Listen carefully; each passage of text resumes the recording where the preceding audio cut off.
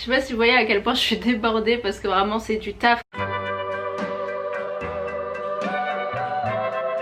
On se retrouve avec tant de travaux dehors, je suis dégoûtée, pile quand je tourne il faut qu'il y ait 40 000 travaux, j'en ai trop marre mais bon c'est pas grave, on va faire avec. Bref, comme vous savez sur ma chaîne je fais beaucoup de choses, ça fait depuis longtemps que je vous avais pas tourné une vidéo spéciale cheveux.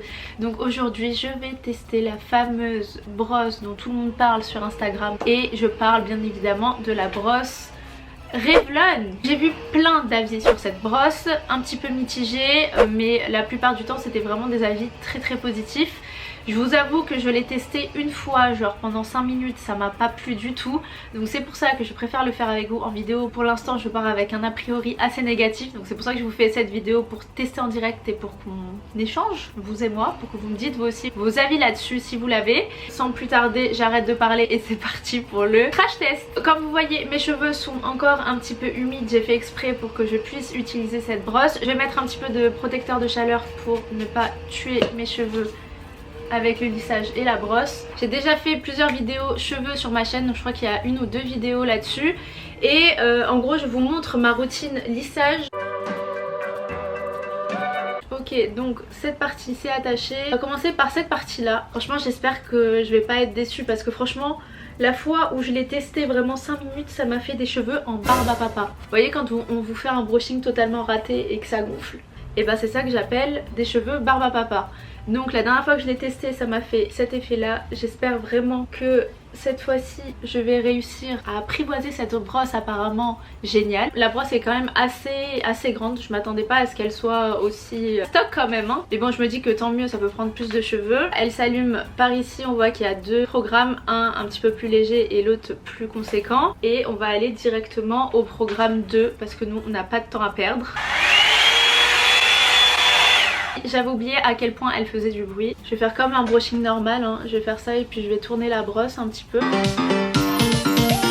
Bon, premier passage, vu que c'est encore bien humide, bah ça fait que sécher hein, comme un sèche-cheveux normal. Donc je vais passer plusieurs fois.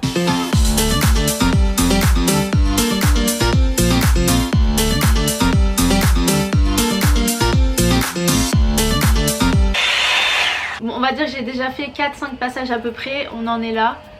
Donc pour moi on est loin du lissage parfait hein. Je pense qu'il faut vraiment repasser plusieurs fois étant donné que j'ai quand même pris une grosse mèche. Donc je vais continuer jusqu'à arriver à un résultat plutôt potable. Les gens disaient que cette brosse était plutôt bien parce qu'on arrivait à prendre la racine et tout. Voilà quoi. Après peut-être que je m'y prends mal hein, dites-moi en commentaire. Il faut que j'enlève mon a priori négatif et que je reste dans un jugement totalement impartial. Donc je reprends.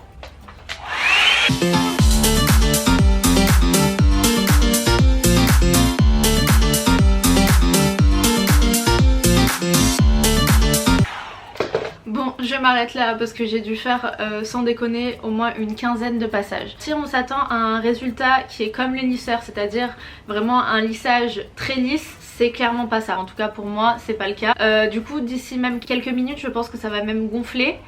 Et c'est pour ça que pour moi je pense que c'est plutôt une perte de temps d'utiliser ça si ensuite je dois utiliser le lisseur après. En fait je pense qu'il y a 2 utilisations possibles de cette brosse. Je vous le dirai plutôt à la fin de la vidéo parce que là je vais pas déjà conclure et dire mon avis alors que je viens de faire une mèche.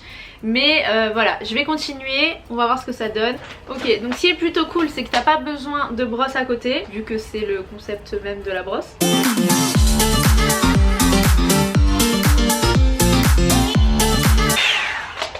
En gros, si vous voulez un séchage plutôt rapide, ça vaut le coup parce que clairement en quelques passages mes cheveux sont déjà secs. Donc ça c'est plutôt pas mal. Il reste cette petite partie là. Donc là on va attaquer les choses sérieuses. Bon, comme vous avez vu, j'ai essayé vraiment de faire cette petite partie de petits cheveux qui fait un petit peu plus galérer que les autres parties de cheveux. En fait le résultat ne me plaît pas du tout dans le sens où je peux y passer 30 fois dessus.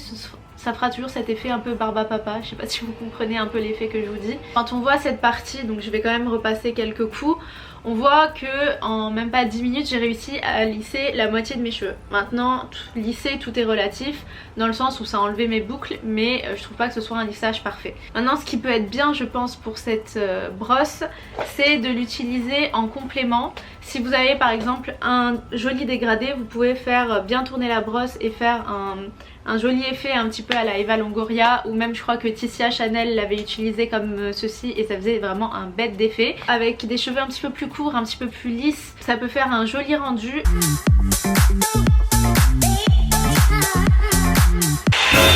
Là devant j'ai essayé de faire quelques petits mouvements pour réussir à faire quelque chose d'assez joli. Je suis plutôt agréablement surprise de cet effet un petit peu wavy que ça fait au bout, et c'est pour ça je pense que sur des coupes qui sont quand même plus courtes avec un joli dégradé, ça peut vraiment faire un résultat plutôt pas mal. Je suis étonnée, je pensais pas dire quelque chose de positif dessus.